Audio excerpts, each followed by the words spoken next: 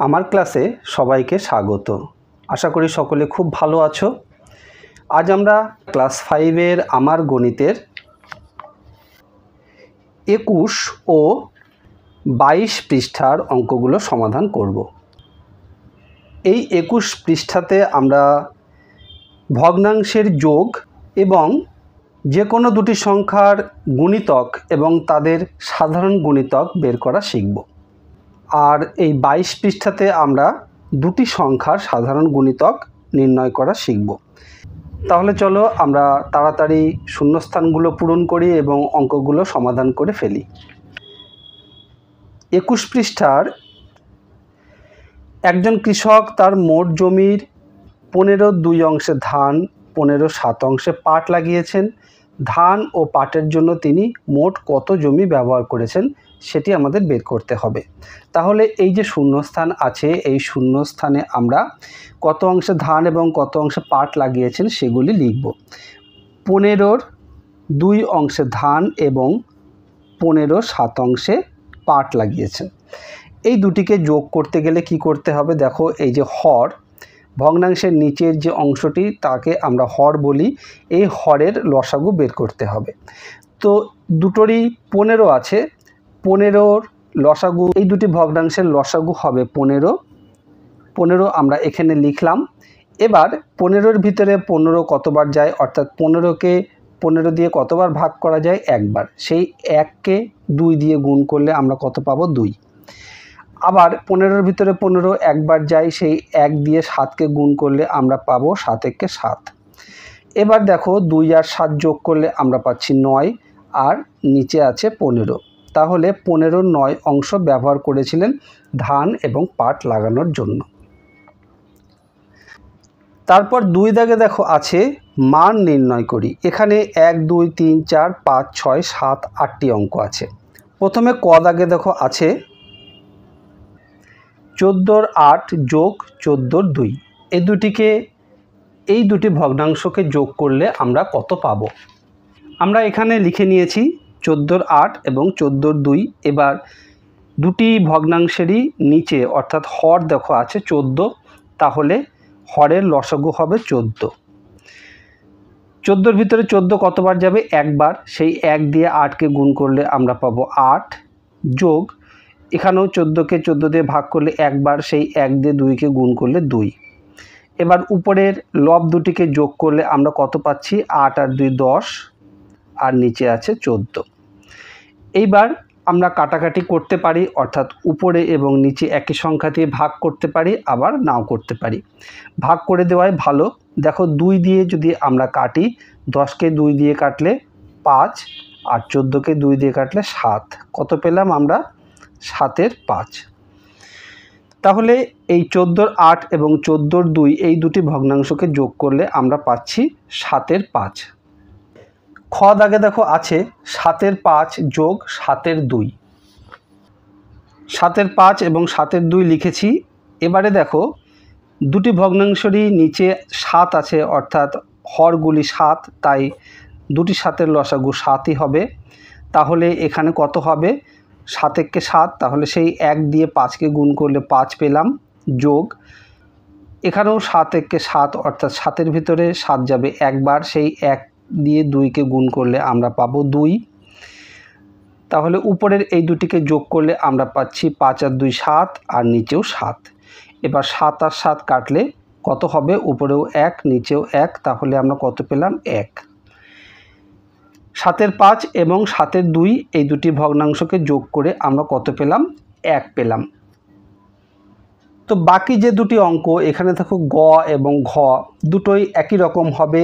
যেরকমভাবে আমরা ক এবং খ করলাম, ঠিক একই রকমভাবে গ এবং ঘও করতে হবে। আশা করি তোমরা সকলেই এই দুটি অঙ্ক করতে পারবে। এবার দেখো উম দাগে কি আছে। উম দাগে দেখো 25/8, 25/2, 25/7 তিনটি ভগ্নাংশ আছে। তিনটি ভগ্নাংশ থাকলে আমরা কিভাবে যোগ করব? খুব সহজেই আমরা যোগ করতে পারি। আগে যেরকম দুটি ভগ্নাংশ ছিল, যেভাবে যোগ করেছিলাম, এখানেও ঠিক একই রকমভাবে আমরা যোগ করব। ভগ্নাংশগুলো আমরা এখানে লিখে নিয়েছি। এবার কি করতে হবে দেখো, হরগুলির লসাগু বের করতে হবে। দেখো প্রত্যেকটি ভগ্নাংশেরই হর আছে 25 করে, তাই এদের লসাগু হবে 25। 25-এর ভিতরে 25 কতবার যায়? একবার, তাহলে 8কে 1 দিয়ে গুণ করলে আমরা 8 পেলাম। যোগ চিহ্ন আছে তাই যোগ চিহ্ন দিলাম। 25-এর ভিতরে 25 যায় কতবার? একবার, এখানেও তাই আমরা 2কে 1 দিয়ে গুণ করলে পাবো 2, যোগ চিহ্ন আছে যোগ চিহ্ন দিলাম। 25কে 25 দিয়ে ভাগ করলে কত হবে? 1, সেই 1 দিয়ে 7কে গুণ করলে আমরা পাবো 7, সমান চিহ্ন দিলাম। এবার উপরের সংখ্যাগুলিকে যোগ করলে আমরা কত পাচ্ছি? 8 আর 2 10 আর 7 17, আর নিচে আছে 25। একে আর কিছু কাটাকাটি করা যাবে না, তাহলে এই ভগ্নাংশটি থাকলো। তাহলে দেখো আমরা পেলাম 25-এর 8, 25-এর 2 এবং 25-এর 7, এই তিনটি ভগ্নাংশকে যোগ করে আমাদের উত্তর হলো 25-এর 17। তারপরে চ দাগে দেখো আছে 9-এর 2 যোগ 9-এর 1 যোগ 9-এর 4। এখানে ভগ্নাংশগুলিকে আমরা লিখে নিয়েছি। এবারে একই রকমভাবে আমরা ভগ্নাংশগুলিকে যোগ করব। দেখো প্রত্যেকটি ভগ্নাংশের হর আছে 9, তাই লসাগু হবে 9। 9কে 9 দিয়ে ভাগ করলে 1 হয়, তাই 2কে 1 দিয়ে গুণ করলে আমরা পাবো 2, যোগ চিহ্ন আছে যোগ দিলাম। 9কে 9 দিয়ে ভাগ করলে আমরা 1 হবে উত্তর, তাই সেই 1কে 1 দিয়ে গুণ করলে আমরা পাবো 1, যোগ চিহ্ন। 9-এর ভিতরে 9 একবার যায়, তাই 4কে আমরা 1 দিয়ে গুণ করব, 4কে 1 দিয়ে গুণ করলে 4ই হবে। এইবার দেখো উপরের সংখ্যাগুলিকে যোগ করলে কত পাচ্ছি? 2 আর 1-এ 3 আর 4 7, আর নিচে আছে 9। তাহলে 9-এর 2 যোগ 9-এর 1 যোগ 9-এর 4, এই তিনটি ভগ্নাংশকে যোগ করে আমরা কত পেলাম? 9-এর 7। আশা করি এর পরের যে দুটি অঙ্ক আছে 6 এবং বর্গের জ, দুটোই একই রকমভাবে তোমরা করে ফেলতে পারবে। এরপরে দেখো আছে গুণিতক নির্ণয় করা এবং সাধারণ গুণিতক নির্ণয় করা। এখানে দেখো 2-এর গুণিতক বের করা হয়েছে। আমরা জানি গুণিতক মানে কি? কোনো সংখ্যাকে অন্য যে কোনো সংখ্যা দিয়ে গুণ করলে যে উত্তর হয়, অর্থাৎ যে গুণফল পাওয়া যায়, সেটি হলো ওই সংখ্যার গুণিতক। দেখো 2-এর গুণিতক কত? 2কে 1 দিয়ে গুণ করলে 2 পেয়েছি, 2 দিয়ে গুণ করলে 4, 3 দিয়ে গুণ করলে 6, এইভাবে পরপর গুণ করে করে আমরা 2-এর গুণিতক বের করেছি। আবার 3কেও একই রকমভাবে 3কে 1 দিয়ে গুণ করে, 2 দিয়ে গুণ করে, 3 দিয়ে গুণ করে আমরা এই সংখ্যাগুলো পেয়েছি। এইভাবে আমরা 2-এর অসংখ্য গুণিতক বের করতে পারবো, 3-এরও অসংখ্য গুণিতক বের করতে পারবো। যত সংখ্যা দিয়ে আমরা গুণ করব তত গুণিতক আমরা পাবো। এবারে বিষয় যেটি, সেটি হলো সাধারণ গুণিতক। সাধারণ মানে কি? দুটি সংখ্যারই একই রকম গুণিতক আছে যেগুলো, সেগুলি হলো সাধারণ গুণিতক। দেখো 2-এর একটি গুণিতক 6 আছে, আবার 3-এরও একটি গুণিতক 6 আছে, তাহলে 6 হলো 2 ও 3-এর একটি সাধারণ গুণিতক। 2-এর একটি গুণিতক আছে 12, 3-এরও একটি গুণিতক আছে 12, তাহলে 12 হলো 2 ও 3-এর আরেকটি সাধারণ গুণিতক। একই রকমভাবে 18, এখানেও 18, তাহলে 18 হলো 2 ও 3-এর আরেকটি সাধারণ গুণিতক। এইভাবে আমরা অনেক সাধারণ গুণিতক কিন্তু বের করে নিতে পারবো 2 আর 3-এর।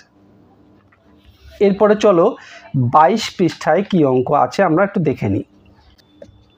এই 22 পৃষ্ঠাতেও আমরা গুণিতক বের করব এবং সাধারণ গুণিতক বের করব। দেখো এখানে এক দাগে আছে 3 ও 5-এর সাধারণ গুণিতক।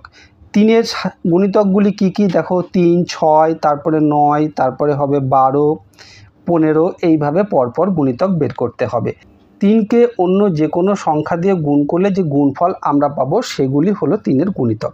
এইভাবে আমরা 3কে 6 দিয়ে গুণ করলে কত পাবো? 18, 7 দিয়ে গুণ করলে 21, 8 দিয়ে গুণ করলে 24, এই রকমভাবে আমরা গুণিতক বের করতে পারবো। অসংখ্য গুণিতক হবে। এখানে দেখো 3-এর গুণিতক অসংখ্য লেখা আছে।